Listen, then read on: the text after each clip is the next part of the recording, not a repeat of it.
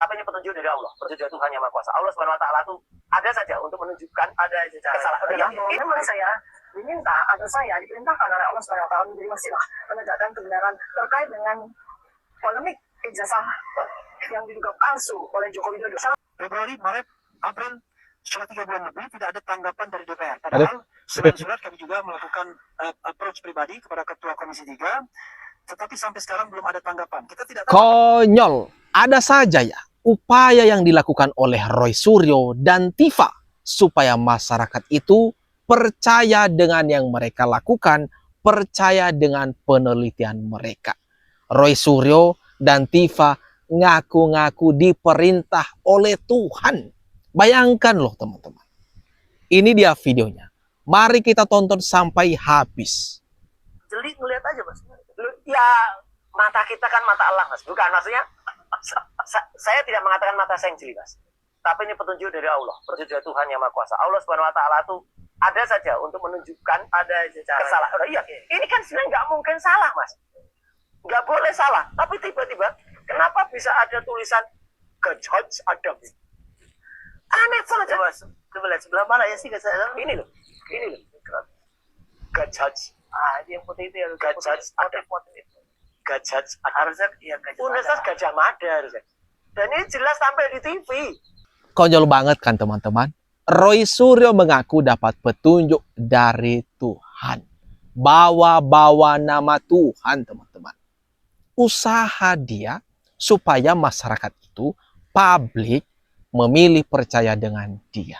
Dengan membawa-bawa nama Tuhan. Waduh, ini sudah tak habis pikir dah. Apakah sudah tak ada bukti lainkah? Sehingga nama Tuhan pun dilibatkan di perkara ini. Begitu juga Dokter Tifa teman-teman. Ini dia videonya ya. Mari kita tonton berikutnya. Dan simpulan saya adalah bahwa memang saya diminta atau saya diperintahkan oleh Allah Subhanahu Wa Taala menjadi wasilah menegakkan kebenaran terkait dengan polemik ijazah yang diduga palsu oleh Joko Widodo. Assalamualaikum warahmatullahi wabarakatuh. Masyarakat Indonesia semuanya, sahabat-sahabat Dokter Tifa dimanapun Anda berada. Hari ini, siang hari ini, hari Senin, tanggal 20 April 2026, saya Dokter Tifa ada di Direskrimum Kamlek Unit 5 Polda Metro Jaya sedang atau sudah menyelesaikan wajib lapor saya untuk yang ke-22 kalinya.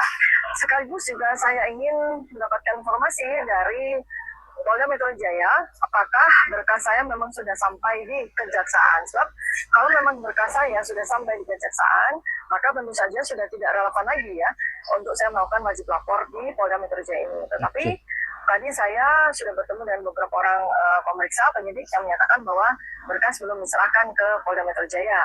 Artinya ya berarti wajib lapor saya masih terus saya tunaikan di Polda Metro Jaya ini ya.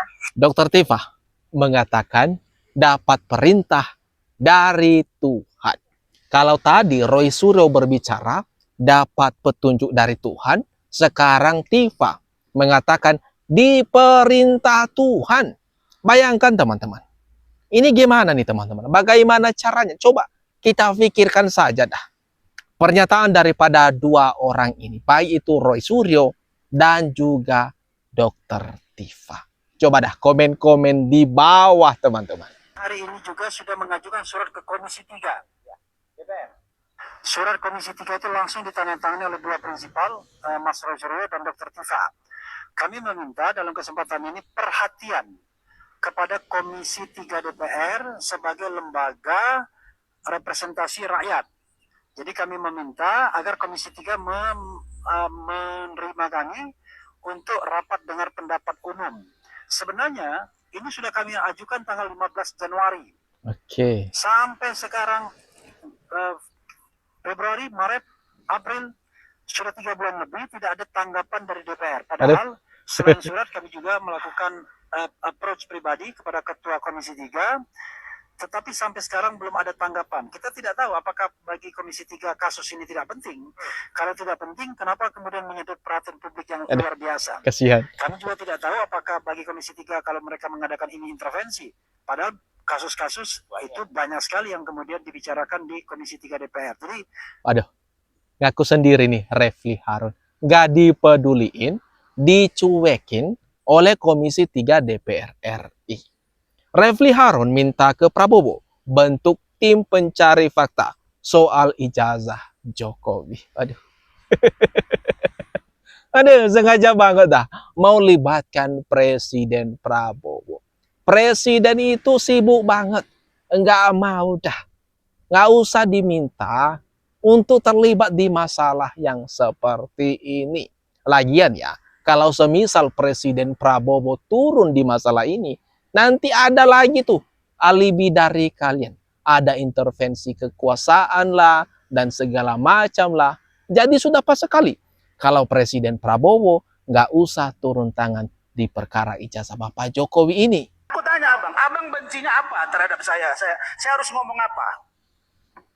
Saya tidak pernah menyerang pribadi dimanapun. Anda selalu Santai. menyerang pribadi. Kapan saya serang? Santai. Saya tidak pernah menyerang pribadi dimanapun. Saya tidak pernah menyerang pribadi dimanapun.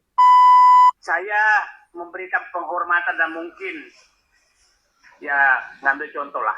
Katanya Raja Jawa ini pantas jadi nabi kata mereka.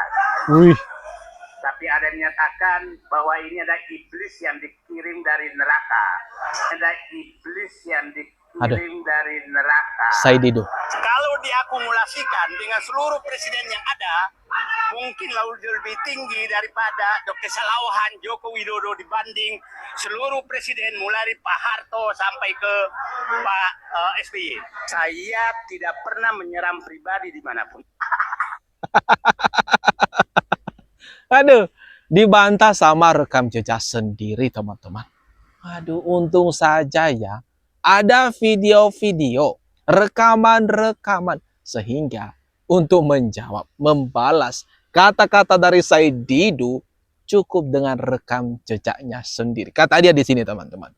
Dia tidak pernah menyerang pribadi dimanapun. Tapi apa nih? Apa nih? Hah? Aduh, konyol banget Said Didu ini, teman-teman. 80-an belum ada AI. Nggak ngerti dia, mana paham. Tanya sama UGM gitu loh. Kenapa bisa jadi Gajah Sadam? Tanya sama UGM, maksudnya apa itu? Sekuritinya kok Gajah Sadam gitu. Panci, kamu nanya, jangan nanya sama AI. Emangnya kamu bisa mendatangkan AI nanti di pengadilan? Bodoh. Nah, sedangkan yang ada pada ijazahnya Bambang Budi Harto yang ada di situ. Kalaupun ada gajah Adamnya, sebagian gajahnya itu tertutup pas foto. Nih, kalau nggak percaya, sudah saya magnifying ya. Jadi di sini gajah Adamnya itu persis di ujung kanan pas foto.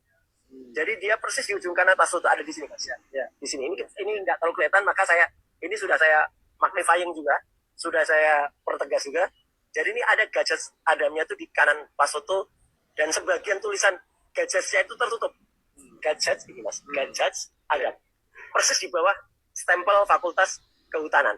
Berbeda dengan Kemarin ngetawain, Gajah Adam. Sekarang kamu nemuin ijazah mahasiswa yang lain.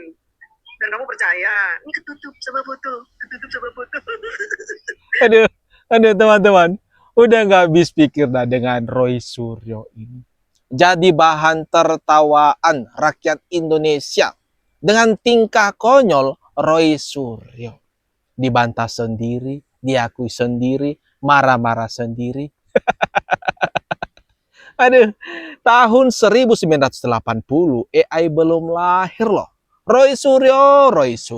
Waduh, ada saja ya upaya beliau ini untuk menyerang ijazah Bapak Jokowi. Supaya ijazah Bapak Jokowi itu palsu. Baru dia itu senang.